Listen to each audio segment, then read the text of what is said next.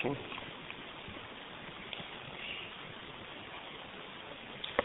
إن الحمد لله نحمده ونستعينه ونستغفره ونعوذ بالله من شرور أنفسنا ومن سيئات أعمالنا من يهده الله فلا مضل له ومن يضلل فلا هادي له وأشهد أن لا إله إلا الله وحده لا شريك له وأشهد أن محمدا عبده ورسوله يا أيها الذين آمنوا اتقوا الله حق تقاته ولا تموتن إلا وأنتم مسلمون يا أيها الناس اتقوا ربكم الذي خلقكم من نفس واحدة وخلق منها زوجها وبث منهما رجالا كثيرا ونساء واتقوا الله الذي تساءلون به والأرحام إن الله كان عليكم رقيبا يا أيها الذين آمنوا اتقوا الله وقولوا قولا سديدا يصلح لكم أعمالكم ويغفر لكم ذنوبكم ومن يطع الله ورسوله فقد فاز فوزا عظيما وإن خير الكلام كلام الله وخير الهدي هدي محمد صلى الله عليه وسلم وإن شر الأمور محدثاتها وكل محدثة بدعة وكل بدعة ضلالة وكل ضلالة في النار أما بعد.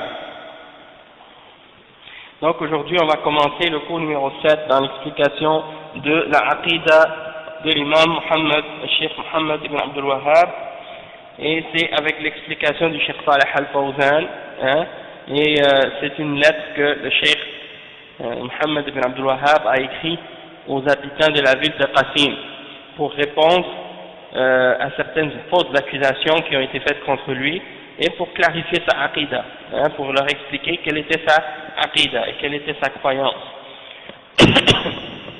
On a expliqué hier un point qui a rapport avec la position de Ahl Sunnah wal Jama'a, la Aqidah du Cheikh, par rapport par rapport aux groupes qui ont dévié au sujet de la question des Sahaba.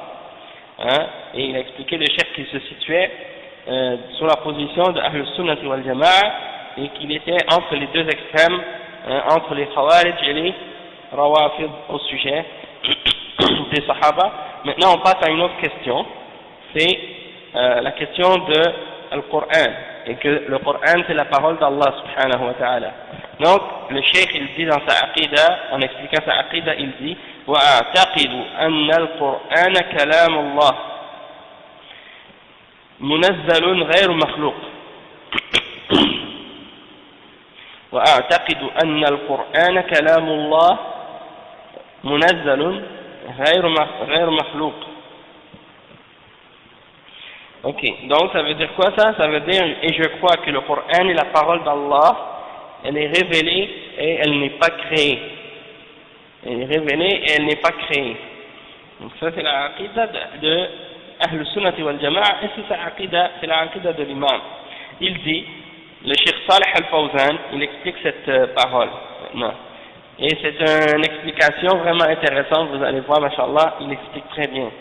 Il dit, لما كان من أصول وأركان الإيمان بالكتب التي أنزلها الله على رسله لأجل هداية العباد والحكم بينهم فيما اختلفوا فيه وإقامة الحجة عليهم كما قال تعالى كان الناس أمة واحدة فبعث الله النبيين مبشرين ومنذرين وأنزل معهم الكتاب بالحق ليحكم بين الناس فيما اختلفوا فيه وقال تعالى لنبينا محمد صلى الله عليه وسلم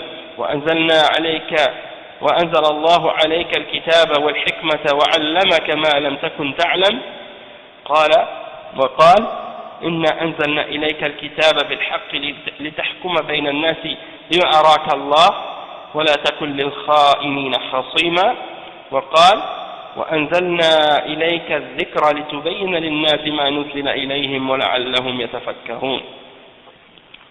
Donc le cheikh il explique que, étant donné qu'on a expliqué déjà au début les piliers de la foi, hein, et les fondements de la foi, on a expliqué parmi ces fondements-là qu'il faut croire, pour être un croyant, il faut croire en les livres qu'Allah a révélés à ses messagers. Hein, c'est-à-dire il faut croire aux livres qu'Allah a révélés à ses messagers pour guider l'humanité. Hein, et il faut c'est-à-dire le cheikh maintenant il décrit les raisons pour lesquelles Allah a révélé ces livres-là aux messagers. Il dit premièrement c'est pour guider les êtres humains, pour qu'ils jugent entre eux dans les sujets dans lesquels ils ont des divergences, et pour établir la preuve contre les êtres humains. Donc ça c'est les raisons pour lesquelles Allah a révélé la révélation à ses messagers. Puis il mentionne le verset 213 dans Surat Al-Baqarah, il dit que les hommes ne formaient qu'une seule communauté à l'origine, puis Allah subhanahu wa ta'ala a fait susciter parmi eux des prophètes pour les avertir, hein, pour leur annoncer une bonne récompense s'ils sont obéissants et s'ils croient, et pour les avertir d'un dur châtiment s'ils ne croient pas et s'ils désobéissent. Et avec ses prophètes et avec ses messagers, il a fait descendre des livres pour qu'ils puissent juger, oui, pour qu'ils puissent juger entre les hommes dans les choses sur lesquelles ils avaient des divergences. Ok, donc ça c'est le premier verset. Ensuite il mentionne un autre verset, le verset 113 dans Surat An-Nisa. Dans ce verset-là, le cheikh il explique, et nous avons fait descendre sur toi, c'est-à-dire on a révélé sur toi le livre. Wa alaykum salam wa rahmatullahi wa barakatuh. Ça va Habib? كيف الحال أخي؟ بخير؟ يا ما شاء الله. Tu peux enlever l'ordinateur? Ah ok.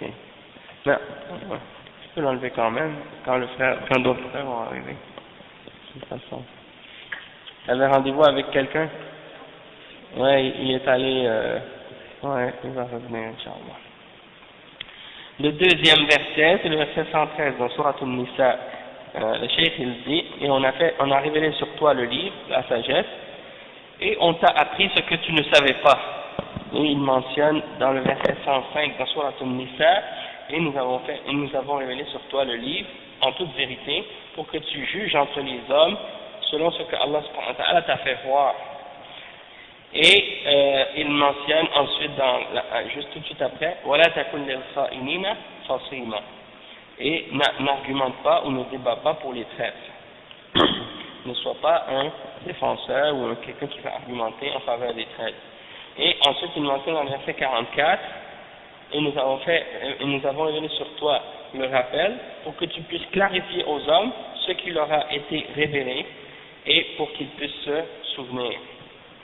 Ensuite le cheikh il dit فلما كان القرآن المنزل على رسوله صلى الله عليه وسلم كلام الله كغيره من الكتب الإلهية وأن الإيمان بذلك ركن من أركان الإيمان الستة وهذا أمر لم يختلف عليه المسلمون ولله الحمد ولكن نبتت نابتة بعد انقضاء القرون المفضلة على يد الجعد بن درهم الذي تلقى عقيدته عن اليهود تقول إن القرآن مخلوق لأن الله لا يتكلم تعالى الله عما يقولون علوا كبيرا وإنما إضافة الكلام إليه إضافة مجازية لأنه خلق الكلام في غيره فخلقه الله في اللوح المحفوظ أو في جبريل أو في محمد صلى الله عليه وسلم. يا سبحان الله كيف يضاف الكلام إلى غير من تكلم به. Donc le cheikh il dit lorsque on sait que Allah subhanahu wa ta'ala a révélé le Coran, hein, on sait que c'est une chose qu'il a révélée à son messager, et on sait également que c'est la parole d'Allah subhanahu wa ta'ala, comme toutes les autres révélations et les autres livres qui sont descendus et qui ont été révélés auparavant, et que la foi en ce livre-là, en cette révélation-là et en tous les livres, c'est un des 6 piliers parmi les 6 piliers de la foi. Il faut comprendre ça. Donc, et ensuite, le cheikh il dit que il n'y a pas beaucoup de musulmans, presque pas de musulmans qui ont divergé. Il n'y a pas aucun. En fait, le cheikh il dit les musulmans n'ont pas divergé à ce sujet-là du tout. Ils sont tous d'accord que il faut croire en les livres et que c'est la parole d'Allah subhanahu wa ta'ala. Sauf qu'à un certain moment donné, après les 3 premiers siècles de l'islam, est apparue une idée comme ça qui est apparue parmi les idéologies qui ont été transmises par les jeunes bid'ah. Et cette idée-là, elle a causé beaucoup de fitna dans la Ummah. C'est qu'est-ce que Al-Ja'd ibn Dirham a commencé à enseigner et prêcher. Et ça, il l'a pris, cette parole ou cette idée, ou cette aqidah, cette croyance, il l'a pris des Juifs. C'est quoi cette idée? C'est que le Coran est créé. Il disait que le Coran est créé. Et que ce n'est pas la parole d'Allah subhanahu wa ta'ala. Hein?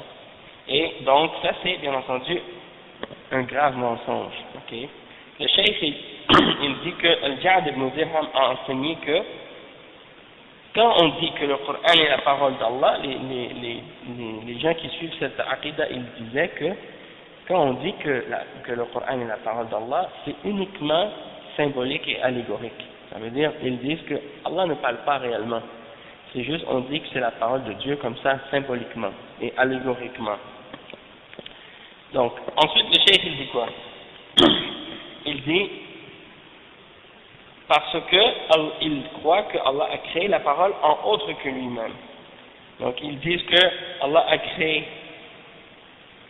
la parole dans les tables préservées, ou bien en Jibril, ou bien en Muhammad sallallahu alayhi wa sallam. Donc, le cheikh, il dit, subhanallah, comment on peut attribuer la parole à quelqu'un d'autre que celui qui l'a prononcé ou qui l'a parlé, qui l'a dit, la parole? Où en étions-nous? Le cheikh, il dit, al-uqul la tuqirru hada. فهذا محال في العقول وغرضهم من ذلك أن يبطلوا الاحتجاج بالقرآن ويقولوا ليس عند الناس كلام الله. القرآن الذي هو أول الأدلة، فأول الأدلة القرآن ثم السنة ثم الإجماع ثم القياس. فإذا قيل إنه ليس لله كلام بين الناس بماذا يستدل الناس؟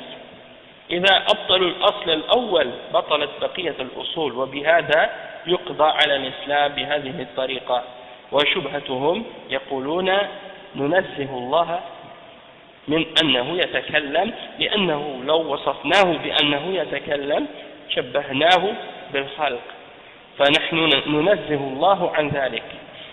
فجاءوا من طريق تنزيهه بزعمهم، وفي الحقيقة أنهم فروا من التشبيه الذي زعموه إلى تشبيه أقبح. فإذا نفوا عنه الكلام لئلا يشبه بالمتكلمين من الخلق، وعليكم السلام ورحمة الله وبركاته، فقد شبهوه بالجمادات التي لا تنطق، فهذا نقص أعظم. Donc le cheikh il explique ici, il dit comment on peut attribuer, comment on peut dire, hein, il dit subhanallah, comment on peut attribuer la parole à autre que celui qui l'a dit en premier. Il dit ça c'est pas logique, hein, la raison n'accepte pas une chose pareille, et ça c'est impossible logiquement. Le but, pourquoi ils font ça? Pourquoi les Jahmiya et les Mu'tazila, hein, pourquoi ces gens-là ils commençaient à dire que le Coran c'est pas la parole d'Allah et qu'elle est créée? C'est quoi leur but en disant ça? Bien entendu, si tu dis à quelqu'un ceci c'est la parole d'Allah, alors là c'est bien tu peux pas jouer avec, tu peux pas dire ah mais non je vais pas le faire, je vais pas l'obéir, ou bien tu vas commencer à jouer avec les sens. Tu peux pas, c'est la parole d'Allah. Il faut que tu la respectes, il faut que tu obéisses aux ordres qui sont envoyés. Tandis que si tu dis c'est une parole qui est créée, c'est une parole des êtres humains, hein, c'est pas la parole d'Allah réellement, alors là ça veut dire quoi? Ça veut dire que là tu peux l'interpréter comme tu veux, changer selon les sens. Si le temps change, tu vas dire ben, il faut changer la compréhension et l'application des versets pour que ce soit en accord avec ce qu'on veut. Hein, suivre de nos passions, des choses de ce genre. Tu peux jouer avec, parce que c'est les paroles des êtres humains, hein, comme les livres que les hommes écrivent, hein, les livres de philosophie, les livres de sciences et autres, ça change avec le temps. Hein. Mais si c'est la parole d'Allah, on ne peut pas faire ce qu'on veut avec. Hein, il faut la respecter, puis il faut la suivre et l'obéir.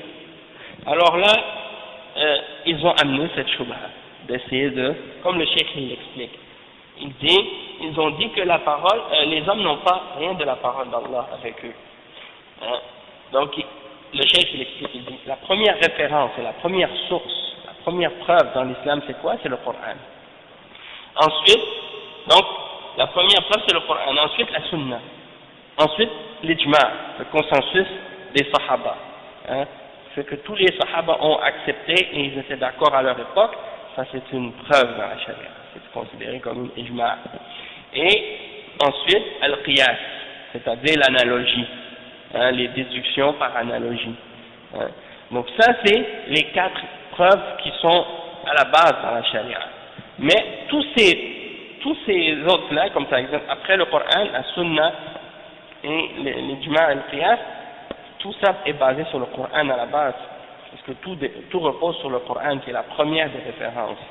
Donc le cheikh dit, si tu dis que que le Coran c'est pas la parole d'Allah et que les hommes n'ont pas la parole d'Allah avec eux, alors sur quoi les hommes vont se baser comme preuve, hein? Puisque ça c'est le fondement et la base de tous les autres. Donc si tu détruis et tu annules la première des bases, alors tu annules le reste par la suite. Et tu arrives à détruire l'islam par la suite. C'est ça qui arrive, la destruction, c'est-à-dire qu'il n'y a plus d'islam. Hein? S'il n'y a plus de Coran, et si tu dis que le Coran c'est plus la parole d'Allah, il n'y a pas d'islam par la suite. Fini. Tu peux jouer avec l'islam, faire qu'est-ce que tu veux avec. Et la réalité, quand tu regardes les Mu'tazila, comment ils ont compris la religion et comment ils l'ont appliquée par la suite, tu vois clairement que leur but c'était de jouer avec la religion.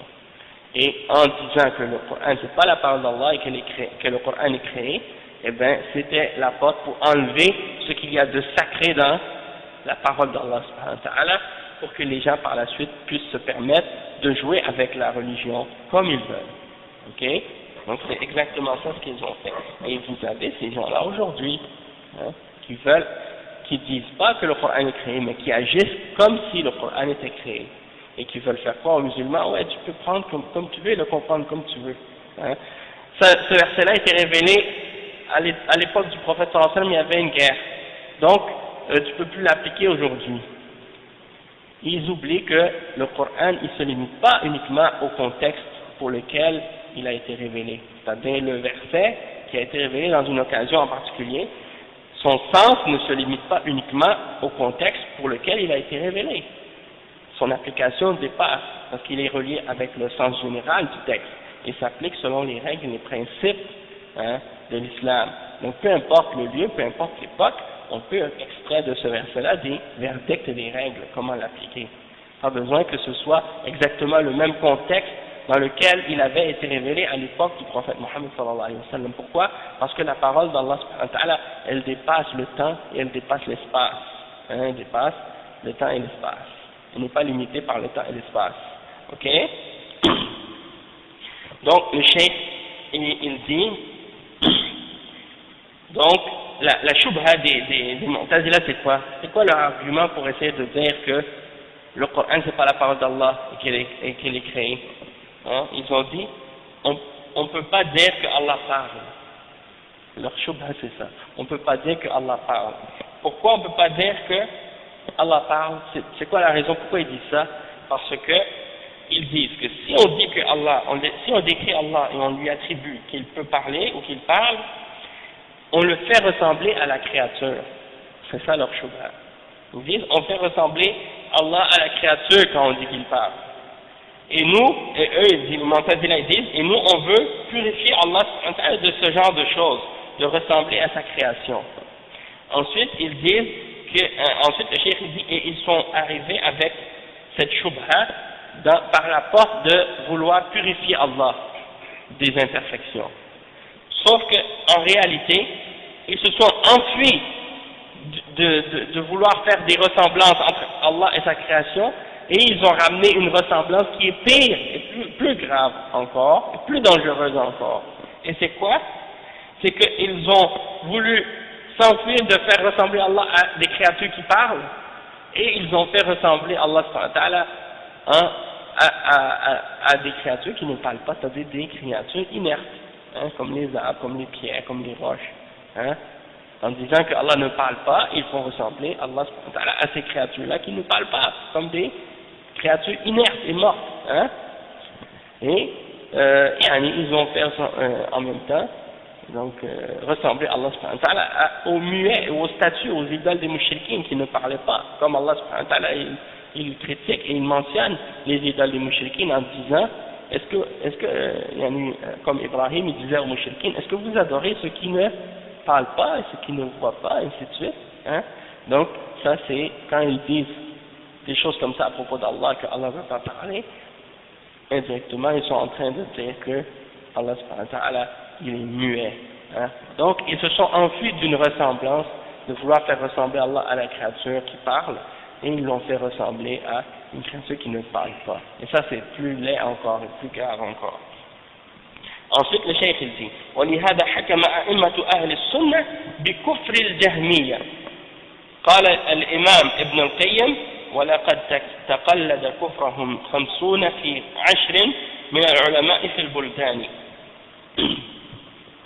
50 في 10 يعني 500 عالم حكموا بكفر الجهمية لأنهم نفوا كلام الله سبحانه وتعالى. ولذلك خالد ابن عبد الله القسري قتل الجعد بن درهم لأجل هذه المسألة وفي يوم عيد الأضحى قال أيها الناس ضحوا تقبل الله ضحاياكم فإني مضح بالجعد بن درهم فإنه زعم أن الله لم يكلم موسى تكليما ولم يتخذ إبراهيم خليلا ثم نزل وذبحه تحت المنبر في مشهد من العلماء والمسلمين وشكروه على ذلك. ولهذا قال الإمام ابن القيم ولأجل ذا ضحى بجعد خالد القسري يوم ذبائح القربان. إذ قال إبراهيم ليس خليله كلا ولا موسى الكليم الداني. شكر الضحية كل صاحب سنة لله درك من أخي قرباني. Donc, le cheikh il explique maintenant, il dit que c'est pour cette raison, hein, pour les raisons qu'on a expliquées, les imams de la sunna ont déclaré les Jahmiya, la secte des Jahmiya, les gens qui suivaient Ja'd ibn Dirham et Jahm ibn Safwan, ils les ont déclarés kuffar, à l'unanimité. Et le cheikh il a même mentionné, il a dit que l'imam Ibn al-Qayyim il a mentionné dans Al-Nuniyya que jusqu'à 500 parmi les savants ont été rapportés comme déclarant, comme étant mécréants, les Jahmiya qui disent que le Coran est créé. Et ils ont dit, celui qui dit que le Coran est créé, il est kafir. Ça, il y en a plus que 500 parmi les imams de l'islam qui ont dit cette parole. Et ils sont tous d'accord là-dessus. Hein? Ensuite, le cheikh il dit لأنهم نفوا كلام الله. Pourquoi ils les ont déclarés kuffar? Parce que Ibn al-Qayyim dit 50 fois 10. Ça veut dire 50 fois 10, ça fait 500. Donc ils ont tous décrété et jugé que les Jahmiya sont des kuffars parce qu'ils ont nié la parole d'Allah subhanahu wa ta'ala. Et c'est pour ça que un des imams, un des dirigeants à cette époque-là, à l'époque de Ja'd ibn Dirham, hein, ils l'ont arrêté, ils l'ont attrapé, ils l'ont arrêté et ils l'ont jugé. Ils ont décrété que c'était un kafir et qu'ils allaient l'exécuter pour son apostasie. Et qu'est-ce qui est arrivé? C'est que le jour de Al-Eid, ils l'ont amené à la place où on fait la prière de l'Eid. Et à l'époque, on ne fait pas l'Eid dans les mosquées. On fait l'Eid à l'extérieur de la ville, dans un endroit qui est très grand, dans un endroit désert, et tout le monde amène leurs moutons avec eux là-bas. C'est pas comme si on va à l'abattoir après attendre pendant des heures en dehors de la ville pour égorger notre mouton. Non. À l'époque, les gens amènent leurs moutons à l'endroit où ils vont prier l'Eid avec eux. Et ils sont là-bas et l'imam ils font la prière, après l'imam fait sa khutbah, et après la khutbah, l'imam il dit allez égorger vos moutons, et ainsi de suite. Et là, ce jour-là, Khalid ibn Abdullah al-Qasri, qui était un des dirigeants à l'époque, il a dit, qu'est-ce qu'il a dit? Il a dit, Ayyuhan nas, oh vous les hommes, allez sacrifier vos moutons, que Allah accepte votre sacrifice. Parce que moi je vais sacrifier Ja'd ibn Dirham aujourd'hui. Hein? Mon sacrifice c'est Ja'd ibn Dirham. Parce qu'il a dit que Allah n'a pas parlé à Moussa et qu'il n'a pas pris Ibrahim comme son khalil, comme son ami. Hein? Alors il est descendu du minbar et il l'a égorgé en bas du minbar, devant tous les musulmans et les ulama. Il a égorgé Ja'd ibn Dirham devant tous les ulama, les savants de l'islam et les musulmans qui étaient présents ce jour-là. Il l'a sacrifié, il l'a égorgé, comme peine d'apostasie pour avoir nié les attributs d'Allah subhanahu wa ta'ala et nié que Allah parle. Et bien entendu, c'est pas n'importe qui fait ça, c'est le dirigeant. Hein? C'est pas n'importe qui applique les peines comme ça, c'est le dirigeant. Ensuite, le cheikh, c'est le téléphone de... Ok. Le cheikh il dit, et c'est pour cette raison-là que Ibn al-Qayyim mentionne ça dans sa Nouniya. Nouniya, c'est un poème de 600 vers qui résume la aqidah de Ahl Sunnah wal Jama'a, et dans ce poème-là, il y a un endroit où il explique ça. Il explique que Khalid al-Qasri l'a sacrifié Ja'd ibn Dirham pour avoir nié les attributs d'Allah, et tous les gens de la Sunna ont remercié Khalid al-Qasri pour avoir fait ça, hein, et ils étaient tous contents ce jour-là qu'il ait appliqué cette peine-là sur lui. Le cheikh dit ولما قتل جعد بن درهم جاء بعده الجهم بن صفوان فتبنى مقالته الخبيثة فقتله الأمير سلم بن أحوز. وهكذا كان ولاة أمور المسلمين يقتلون الزنادقة حماية للعقيدة، فقد قال صلى الله عليه وسلم من بدل دينه فاقتلوه، وقال عليه الصلاة والسلام لا يحل دم امرئ مسلم إلا بإحدى ثلاث: السيب الزاني والنفس بالنفس والتارك لدينه المفارق للجماعة.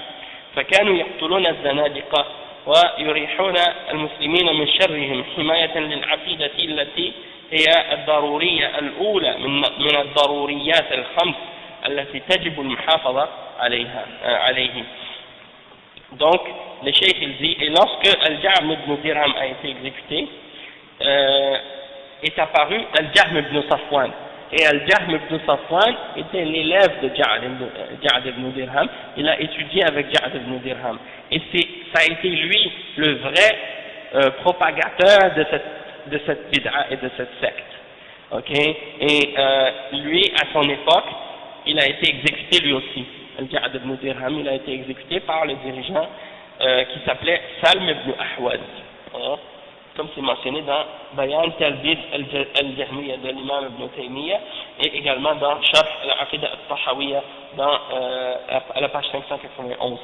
Donc Salm ibn Ahwaz, lui aussi qui était parmi les dirigeants des musulmans, il a exécuté Jahm ibn Safwan à cause de cette même parole qu'il a dit à propos de l'Aqidah.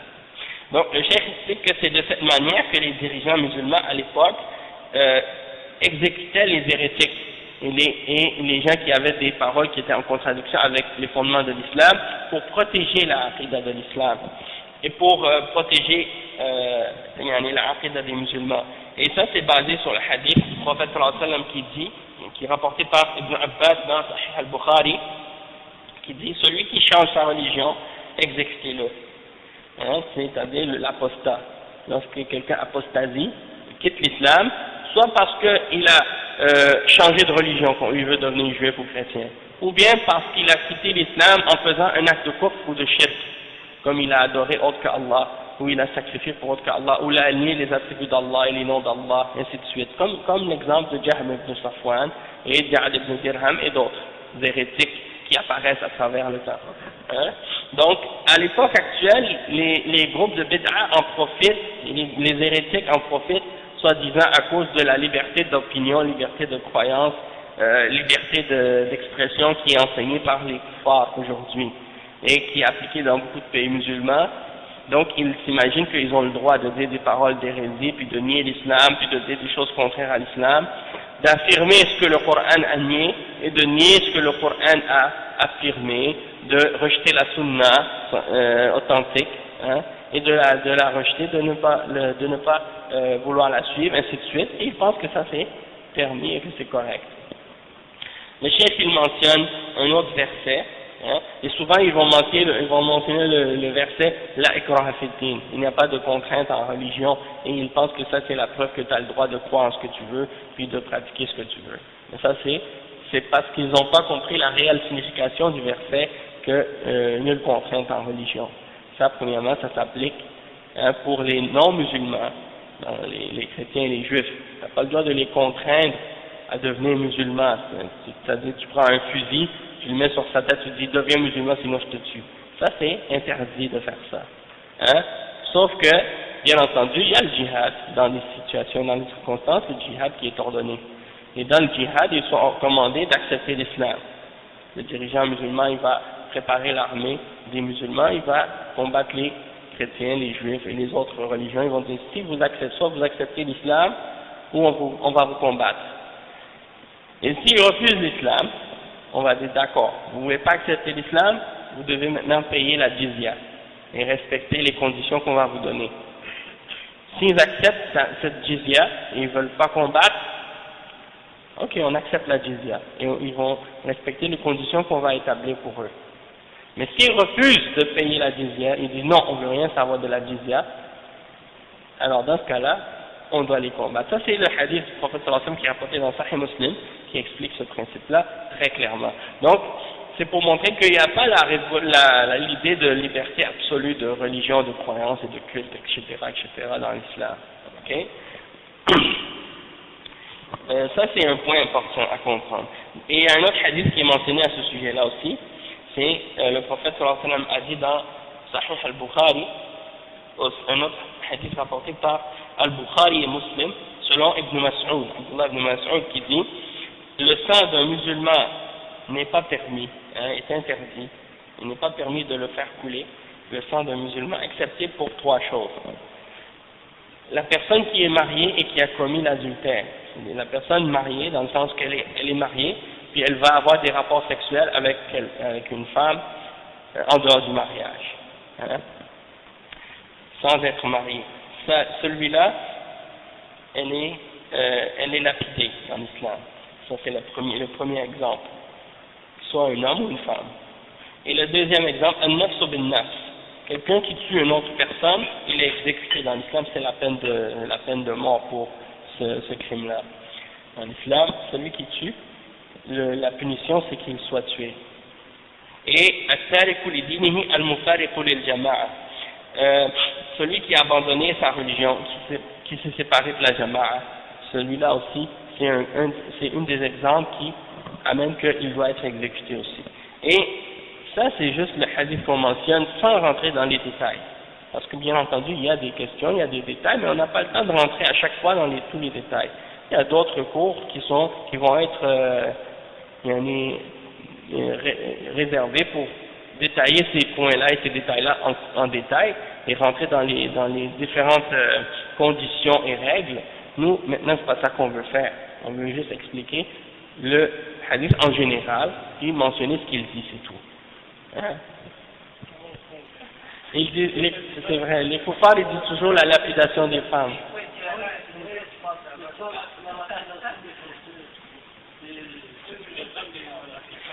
Oui, ils pensent que la lapidation c'est juste pour les femmes, alors que c'est faux. C'est pour les hommes et les femmes.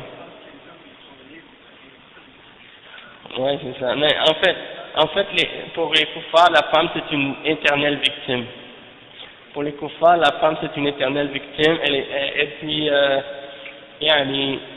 ils veulent toujours essayer de faire comprendre qu'ils sont les défenseurs de la femme, alors que c'est les plus grands ennemis de la femme.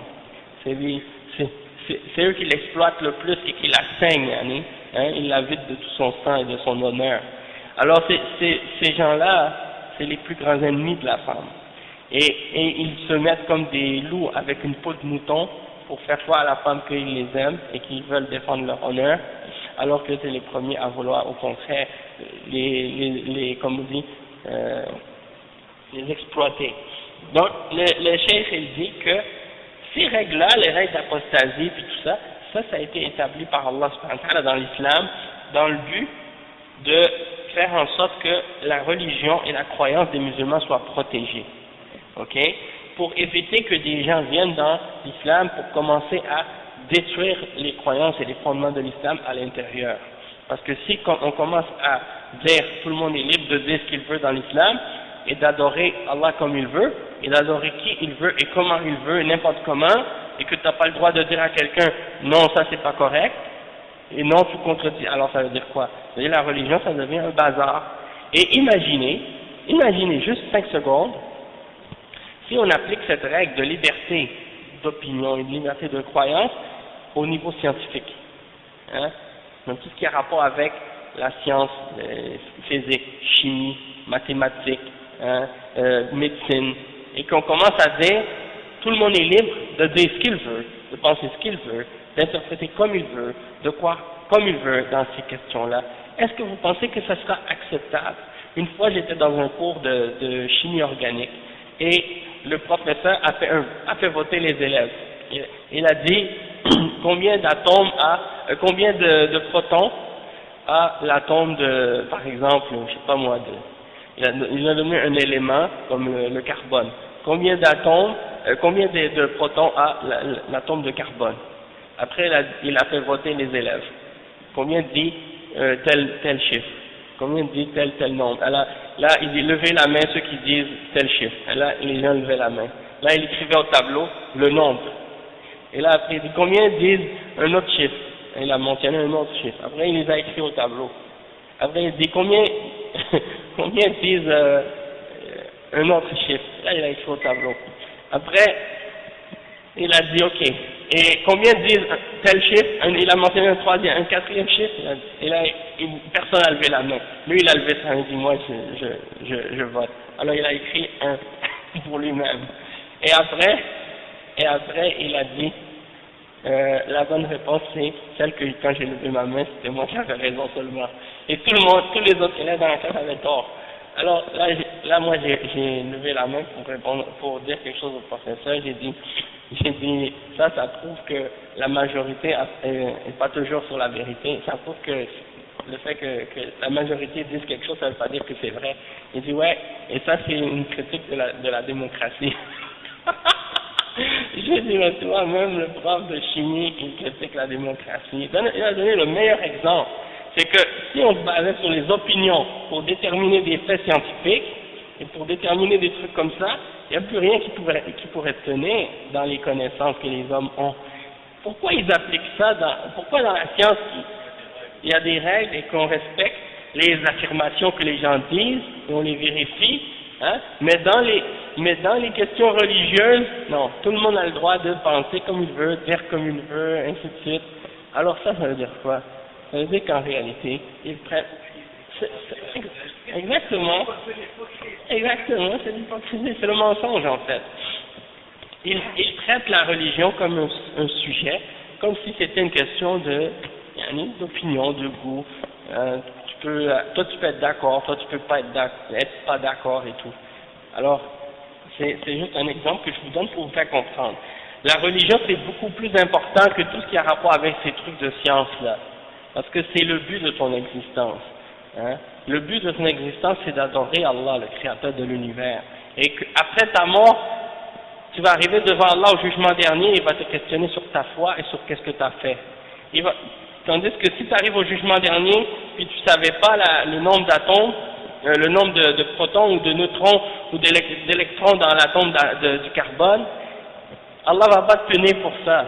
Il va pas te faire entrer en enfer pour ça. Hein? Il va pas te faire non plus rentrer au paradis pour ça. Mais si tu arrives devant Allah au jugement dernier, puis tu as nié ses attributs, tu as menti sur lui et sur sa révélation et sur ses messagers, et que tu as désobéi à ses ordres et que tu as contredit tous ses enseignements, alors là, est-ce que tu penses que tu peux t'en sauver juste en disant « Oh, mais on avait la liberté, on pouvait croire en qu'est-ce qu'on voulait ?» Non, bien entendu. Donc c'est pour ça que le cheikh il explique que l'islam, les ulama appliquaient ces peines sur les hérétiques pour purifier et reposer les musulmans de ces gens-là qui appellent à l'égarement. Hein? Imaginez quelqu'un aujourd'hui qui appelle à des idées d'égarement et de mécréance. Hein? Comme par exemple Louis Farrakhan aux États-Unis, qui dit que Dieu est un homme noir qui est venu pour enseigner l'islam, et qui dit que Elijah Muhammad est venu en 1930 à Détroit au Michigan pour enseigner l'islam aux noirs et qu'il a reçu une révélation de Dieu. Dieu est venu en homme sur le voir pour lui faire de lui un nouveau prophète pour les noirs aux États-Unis, et puis qu'il a une nouvelle version de l'islam pour les noirs américains, ainsi de suite.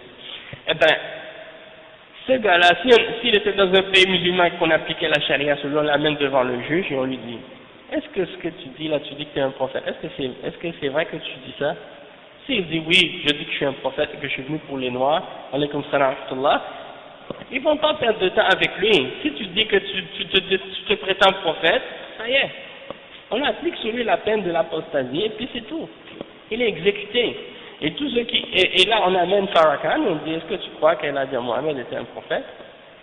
S'il dit oui, il va être exécuté comme ça. Hein? Donc c'est pour dire qu'on ne va pas perdre de temps avec des gens comme ça, et puis ils ne vont pas pouvoir propager leur message puis égarer les gens. Mais le fait qu'on laisse la liberté d'opinion et d'expression, tout le monde peut appeler à ce qu'il veut et croire ce qu'il veut, ça veut dire quoi? Ça veut dire que là on laisse des gens s'égarer, aller dans la mécréance et on ne peut rien faire. Hein? Puis il y en aura de plus en plus, puis là on commence à faire des débats, des argumentations avec eux, puis là ils deviennent de plus en plus populaires, et ainsi de suite, puis ils égarent de plus en plus des hommes.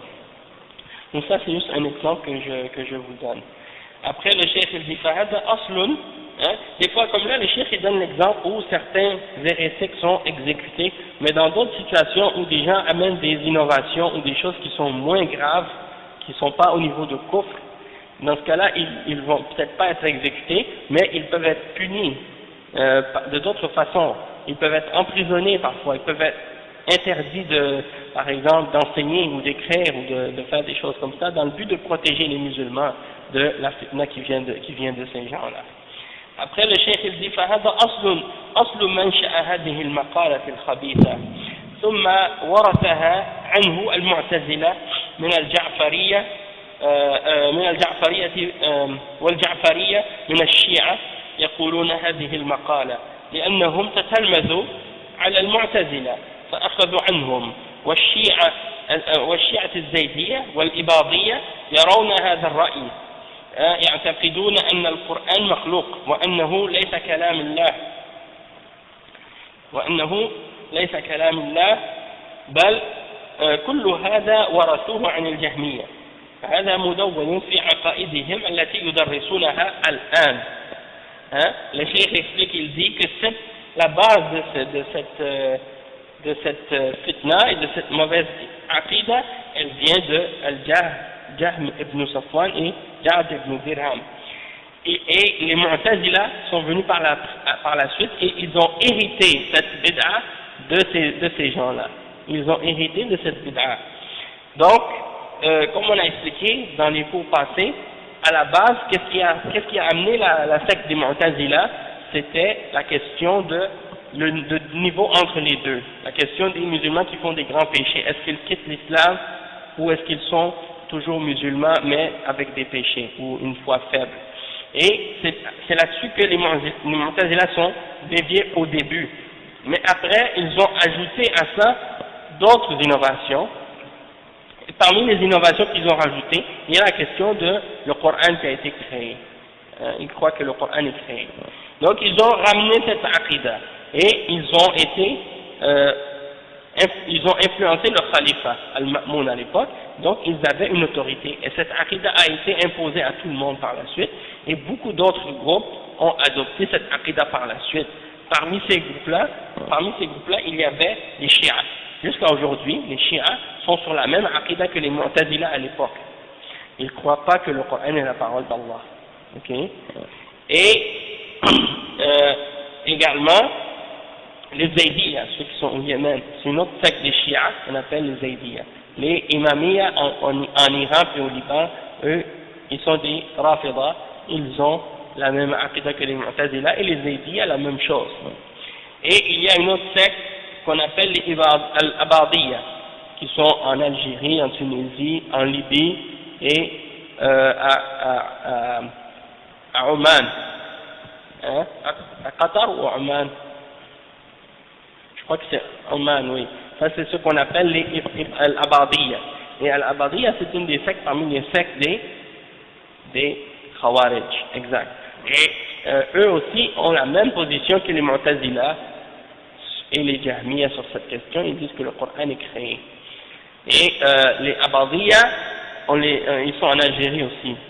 Et on les appelle les Mouzabites, hein, en français. Ils sont dans le sud, à une ville qu'on appelle Ghardaya, et cette ville-là, c'est dit Abadiyya. Ils ne reconnaissent pas le gouvernement algérien comme étant leur gouvernement. Ils répondent du sultan de Oman.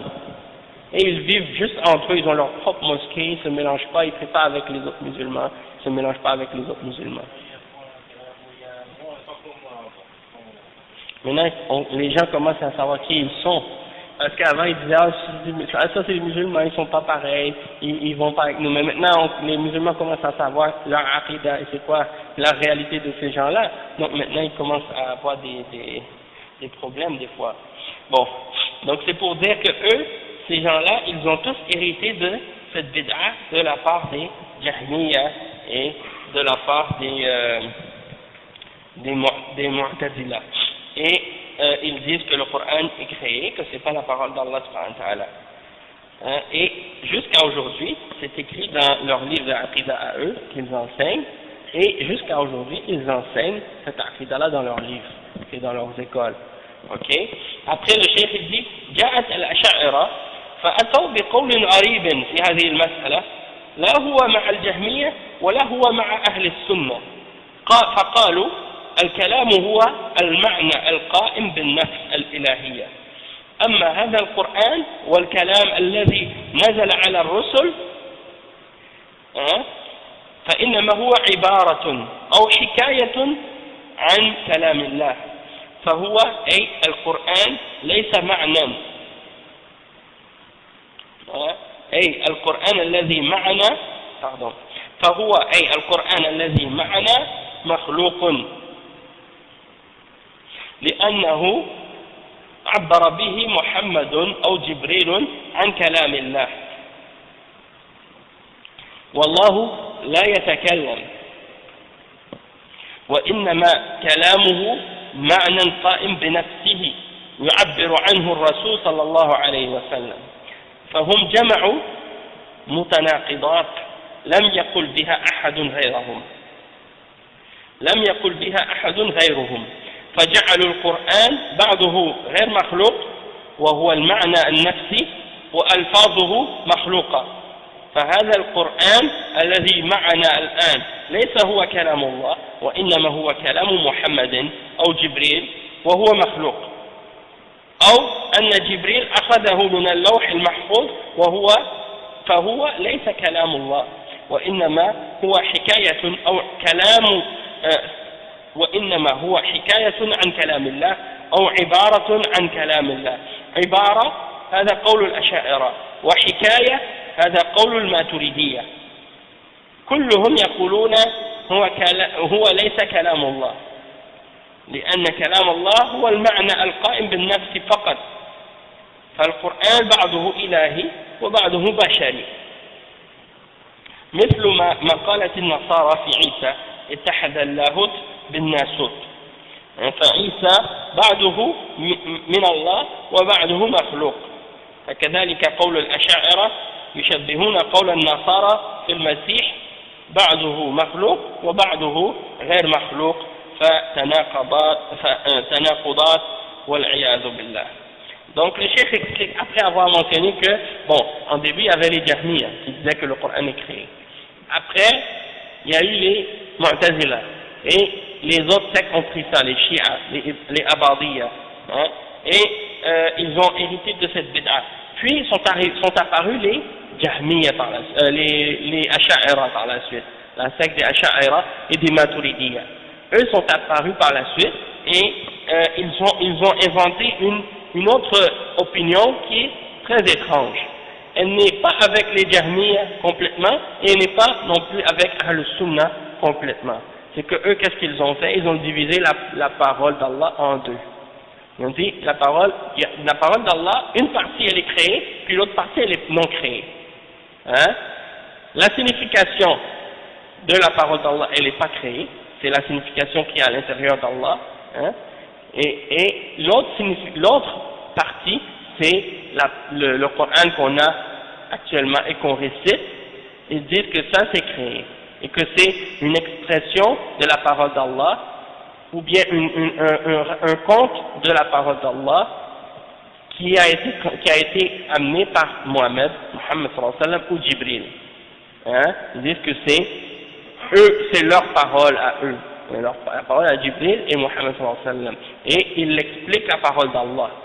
C'est pas la parole d'Allah elle-même qui est en Allah subhanahu wa ta'ala. Donc ils ont séparé la parole en deux et ils ont dit qu'une partie est créée et l'autre partie est non créée. Et ça c'est la bid'a des Ash'ara à ce sujet-là. Donc le cheikh il explique ça. Il dit, donc ils sont ni avec les Jahmiyyah ni avec Ahl Sunnati wal Jama'a. Ils disent que la parole c'est uniquement la signification qui est en Allah subhanahu wa ta'ala.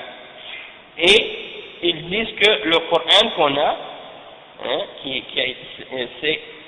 et la parole qui a été révélée aux messagers, ils disent que ça c'est juste une expression de la parole d'Allah. C'est une signification, c'est-à-dire c'est une expression de la parole de la signification de la parole d'Allah. C'est pas la parole d'Allah elle-même. Donc ils disent que le Coran que nous on récite dans le Mus'haf, hein, et que quand on écoute le Coran dans un CD ou bien sur une cassette, ils disent ça c'est créé. Ils disent ça c'est pas la parole d'Allah. Ok? Et ils disent que ça c'est uniquement l'expression de Muhammad sallallahu alayhi wa sallam ou de Jibril de la parole d'Allah. Parce que pour eux, Allah ne parle pas. Hein? Sa parole est uniquement une chose qui est à l'intérieur de lui-même, une signification, une parole unique, éternelle, qui n'a pas de début, qui n'a pas de fin, qui n'a pas de mots, qui n'a pas de lettres, hein, qui n'a pas d'ordre et d'interdiction, ainsi de suite. Hein, et qui est en Allah subhanahu wa ta'ala, et c'est le prophète sallallahu alayhi wa sallam qui exprime cette parole-là. C'est pas la parole d'Allah subhanahu wa ta'ala. Donc, ils ont réuni entre des contradictions, les Ash'ara. Et ils ont fait, donc, qu'une partie du Coran est créée, hein, et une autre partie qui n'est pas créée, c'est-à-dire la signification de la parole qui est en Allah subhanahu wa ta'ala. Et ils disent que les mots qu'on récite dans le Coran, ça c'est créé. Hein. Ça c'est le Coran qu'on a actuellement aujourd'hui. Ils disent que ça c'est pas la parole d'Allah, c'est la parole de Muhammad sallallahu alayhi wa sallam, ou c'est la parole de Jibril, et que c'est créé. Hein. Ou que c'est Jibril qui l'a pris dans les tables préservées, et c'est pas la parole d'Allah, c'est une expression de la parole d'Allah, ou une ibara, c'est-à-dire, c'est ça, une expression de la parole d'Allah, ou quelqu'un qui raconte la parole d'Allah, mais c'est pas la parole d'Allah. Donc ça c'est la position des Ash'ara. Les Ash'ara ils disent le mot ibara, et les Maturidi ils disent hikaya. Ok? Et ils disent donc que le Coran c'est pas la parole d'Allah. Parce qu'ils disent que la parole d'Allah, je me répète encore, parce que le chef il le répète plusieurs fois, ils disent que la parole d'Allah c'est la signification qui est en Allah seulement. Donc ils disent que le Coran, il y a une partie qui est divine, puis une partie qui est humaine. Hein? C'est un petit peu comme les chrétiens quand ils parlent de Jésus, ils disent qu'il y a une partie qui est divine en Jésus, puis une partie qui est humaine. Le corps de Jésus dit ça c'est humain, puis il y a l'esprit qui est en Jésus, ils disent que ça c'est divin, c'est Dieu. Hein? Ils disent que Dieu s'est incarné en Jésus. Ils disent que Dieu s'est fait chair. C'est ça qu'ils expriment en arabe par l'expression ittahada Allahut bin Nasut. C'est comme ça qu'ils expriment ça. Et puis donc ils disent qu'une partie de Jésus était Dieu, puis une partie était créée. Et la même chose, les Ash'ari ont ramené cette même shubha. Ils ont peut-être probablement copié ça des chrétiens. Hein? Faut dire qu'une partie du Coran elle est créée, et une autre partie elle n'est pas créée. Et ça c'est des contradictions, bien entendu. Parce que Allah subhanahu wa ta'ala, quand il mentionne le Coran, il dit que c'est la parole, que c'est sa parole. Hein? حتى يسمعوا كلام الله. Il mentionne du Coran, il dit jusqu'à ce qu'ils entendent la parole d'Allah. Ils disent que le Coran n'a pas de lettres, la parole d'Allah n'a pas de lettres. Donc il nie que le Coran est la parole d'Allah. Et ça veut dire quoi en réalité? Pour dire franchement, c'est que la parole des Asha'ira, même s'ils le nient, même s'ils disent oui on accepte que Allah parle et on croit en l'attribut de la parole, la réalité de la position des Asha'ira c'est qu'ils ont la même position que les Mu'tazila. Ils disent que la parole d'Allah est créée. Mais ils utilisent cette ruse de distinguer entre la parole qui est à l'intérieur d'Allah subhanahu wa ta'ala et la parole qui est récitée ou qu'on entend, pour faire une distinction entre les deux, pour dire oui, nous on dit que celle qui est en Allah c'est pas créée, puis celle qui est à l'extérieur ou celle qu'on entend elle est créée. Et ça c'est bien entendu une ruse qui ne les sauve pas de cette bid'a et de cet égarement de nier la réalité de la parole d'Allah subhanahu wa ta'ala. Ok. La raison pourquoi ils n'ont pas déclaré les Mu'tazila, c'est parce que les Mu'tazila, comme le chef Mohamed Aman l'expliquait, il dit que les Mu'tazila, eux, ils ont affirmé les noms, ils ont nié les attributs. Et les ulama les ont pas déclarés kuffar parce qu'ils ont dit le fait qu'ils affirment les noms, ça implique les attributs. Même s'ils le nient, indirectement, ils affirment les attributs, même s'ils le nient. Oui, ils disent ça aussi. Ceux qui disent ça, parmi eux, sont considérés comme étant des kuffars. Mais il faut bien comprendre une chose, c'est que lorsqu'ils ont dit que ceux qui disent que le Coran est créé sont des kuffars, ça c'est le verdict général. Mais en tant qu'individus, les individus qui ont dit cette parole-là, ça ne veut pas dire qu'ils ont appliqué le verdict sur chacun d'entre eux. Parce que Al-Ma'moun a dit que le Coran est créé, et Al-Mu'tasim, et Al-Wathiq, les trois étaient des khulafa, et les trois ont dit que le Coran était créé. Pourtant, l'imam Ahmad, il a dit, ceux qui disent que le Coran est créé sont des kuffars, et pourtant, l'imam Ahmad n'a jamais déclaré Al-Wathiq kafir, ni Al-Mu'tasim, ni Al-Ma'moun. Malgré qu'ils ont tous dit, celui qui dit que le Coran est créé, il est kafir. Et le khalifa Al-Ma'moun, il disait le Coran est créé. Et Al-Wathiq disait le Coran est créé. Et Al-Mu'tasim disait le Coran est créé. Et pourtant, on n'a pas appliqué le verdict de kufr sur eux. Et sur les autres également. Pourquoi? Parce que l'imam Ahmed a dit ces gens-là, c'est des ignorants.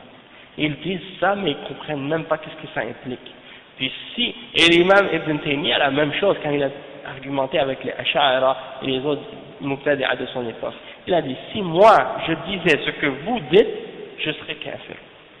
Mais vous êtes des ignorants, alors je ne vous applique pas ce verdict-là sur vous, parce que vous ne comprenez même pas ce que vous dites. Tu vois?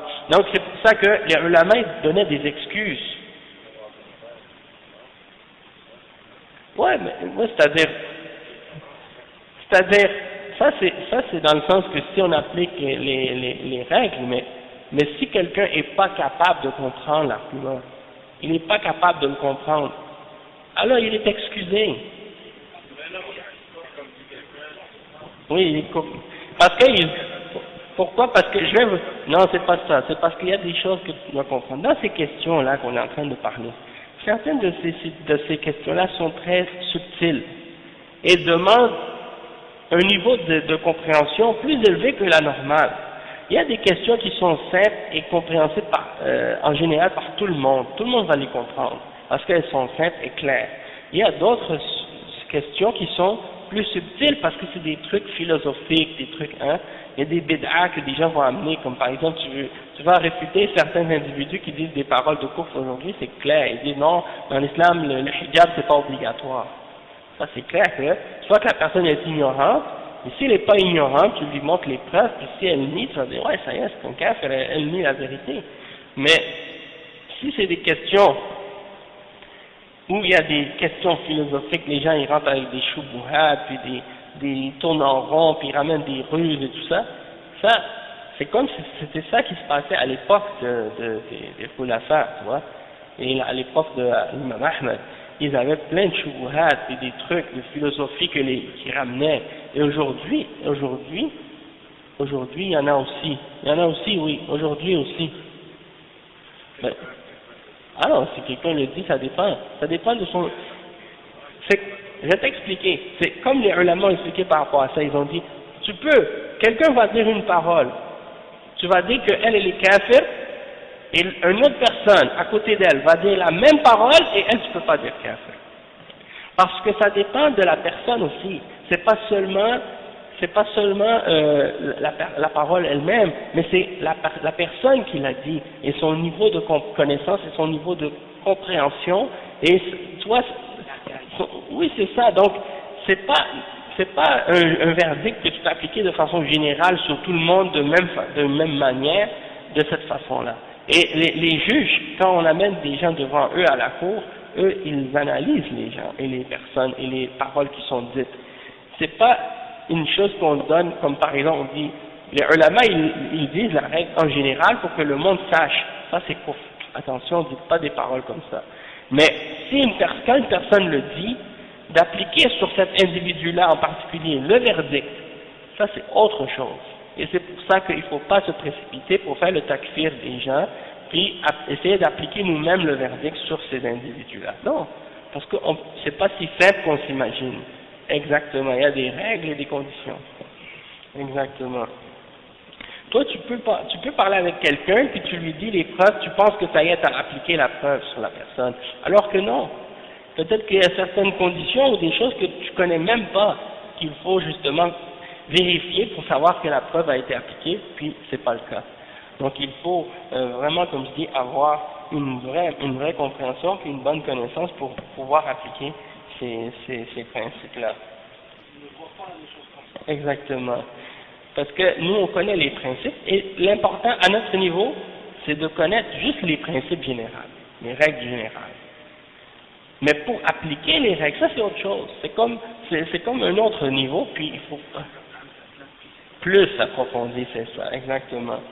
Donc, le cheikh, il continue, il dit, وأما من التزم بالحق فهو ولله الحمد على بينة وعلى بصيرة وأهل السنة والجماعة ما زالوا يقولون القرآن كلام الله منزل غير مخلوق منه بدأ وإليه يعود وامتحن أهل السنة من المعتزلة على يد المأمون في هذه المسألة وعذب الإمام أحمد عند هذه المسألة المأمون يريد أن يلزم الناس بعقيدة المعتزلة في القرآن وأنه مخلوق وأهل السنة أبوا ورفضوا وفي مقدمتهم الإمام أحمد رحمه الله أبوا أن يقولوا وأن يخضعوا لهذه المقالة الخبيثة فثبتهم الله على الإيمان وخذل الله المعتزلة ومن نحوهم ولم يحصلوا على قائل إلا الفضيحة والنكسة والعياذ بالله. Le cheikh il dit, en ce qui concerne les gens qui se sont tenus sur la vérité, par la grâce d'Allah, alors ils se sont tenus sur la preuve et sur la compréhension de Ahlus Sunnah wal Jama'a, et ils ont toujours dit la même chose. Le Coran c'est la parole d'Allah révélée, qui n'est pas créée, elle est venue de lui au départ, et c'est vers lui qu'elle va retourner. Et les gens d'Ahlus Sunnah ont été éprouvés par la main des Mu'tazila et par Al-Ma'moun au sujet de cette question. Et l'imam Ahmad a été torturé, comme on l'a expliqué au début, le premier cours, au sujet de cette question-là. Et Al-Ma'moun voulait imposer cette aqida à tous les gens, la aqida des Mu'tazila, que le Coran est créé. Il voulait l'imposer à tout le monde, mais les gens de la Sunna ont refusé ça. Ils ont rejeté cette parole. Et à la tête de ceux qui ont refusé, il y avait l'imam Ahmad. Il a refusé de dire ça et de se soumettre à cette parole qui était une parole laide et contraire à la vérité, et Allah les a affermis sur la foi, et il a Allah subhanahu wa ta'ala a donné comment je pourrais dire, Allah subhanahu wa ta'ala par la suite a abandonné, c'est-à-dire il a laissé les Mu'tazila dans la perdition par la suite. Ils ont été abandonnés par le khalifa par la suite, Al-Mutawakkil, et ils n'ont rien eu d'autre que l'humiliation et le déshonneur et la honte par la suite. qu'Allah nous en protège. Le cheikh dit ومع الأسف أن بعض الكتاب يقولون مسألة القول بخلق القرآن أو عدم خلقه مسألة لا طائلة تحتها لا طائل تحتها ولا تحتاج إلى انقسام. والإمام أحمد مخطئ عندما امتنع، وهذه أمور سياسية، وهم عذبوا الإمام أحمد وليس من أجل موقفه من القول بخلق القرآن، بل عذبوه لأنهم يخافون أن يقلب الناس عليهم. فهذه مسألة سياسية، وهكذا يقول هؤلاء الكتاب الجهال أو المغرضون، ويقولون مسألة القول بخلق القرآن لا تستحق كل هذا، وهكذا يقولون لأنهم إما جهال لم يدركوا الخطر، وإما أنهم مغرضون معتزلة ويريدون أن تمر هذه المسألة على الناس، ويقال لا تستحق كل هذه الجلبة. وهذا موجود الآن في كتاباتهم وفي الصحف وفي المؤلفات. الشيخ الزي فالحاصل أني نبهت على هذا لأن لا يغتر أحد بكتابات هؤلاء ويقول مسألة سهلة، والمسألة لا تحتاج إلى كل هذه الردود، بل المسألة خطيرة جدا. فإذا نفينا عن أن القرآن كلام الله، إذا ماذا يبقى معنا؟ وبالتالي تبطل الشريعة وهدم الدليل الأول لها والمصدر الأول وبها بطلت الشريعة. وهذا غرض المؤسسين لهذه المقالة الخبيثة، وإن كان كثير من أتباعهم لا يدركون هذا الغرض، ولكن هذا هو المقصود. ويكفي أن هذه المقالة جاءت من اليهود على يد الجعد بن درهم الذي تلقاها عن اليهود. الشيخ dit qu'il y a certains écrivains aujourd'hui, ils parlent de la question de la fitna qu'il y a eu à propos du Coran, que le Coran a été, qui disait que le Coran est créé. Et ils disent que la question à savoir est-ce que le Coran est créé ou non, ça c'est une question qui n'amène rien. C'est-à-dire, ça ne mérite pas qu'on se divise à ce sujet-là. Ils disent que l'imam Ahmad était dans l'erreur d'avoir refusé de dire cette parole parce que c'est une question politique. Et il a dit qu'ils ont puni l'imam Ahmad non pas parce qu'il a pris une position par rapport à la parole que le Coran est créé, mais ils l'ont torturé et ils l'ont torturé de cette manière parce qu'ils craignaient que l'imam Ahmad allait faire renverser les gens contre le pouvoir politique. Et ils disent donc que c'était une question politique et non pas une question religieuse. Et ça, c'est ce que certains écrivains ignorants aujourd'hui disent. Et certaines personnes qui ont des mauvaises intentions, ils disent des choses comme ça. Ils disent que la question que le Coran est créé, elle ne mérite pas toute cette importance-là. Et ils disent que ça, c'est ce que des ignorants disent aujourd'hui, parce qu'ils n'ont pas compris le danger qui est derrière cette question-là. Ou bien ce sont des Mu'tazila eux-mêmes, et ils veulent essayer de faire passer cette question-là parmi les gens, pour leur dire mais non, c'est pas une question très très importante et très grave, et ça on le retrouve dans les livres de certains auteurs aujourd'hui, certains intellectuels, certains écrivains et certains journalistes qui écrivent des trucs de ce genre-là pour essayer de faire croire aux gens que ça c'est pas important cette question.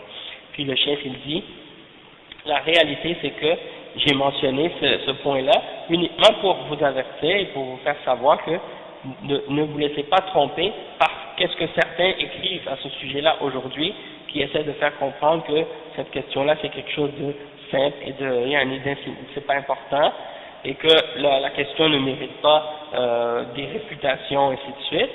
Au contraire, la question est très dangereuse, parce que si on nie que le Coran est la parole d'Allah, qu'est-ce qui nous reste? Toute la charia sera détruite, et la preuve qui est le fondement et la base, la première preuve de la charia sera annulée et détruite. La charia au complète même sera détruite par la suite.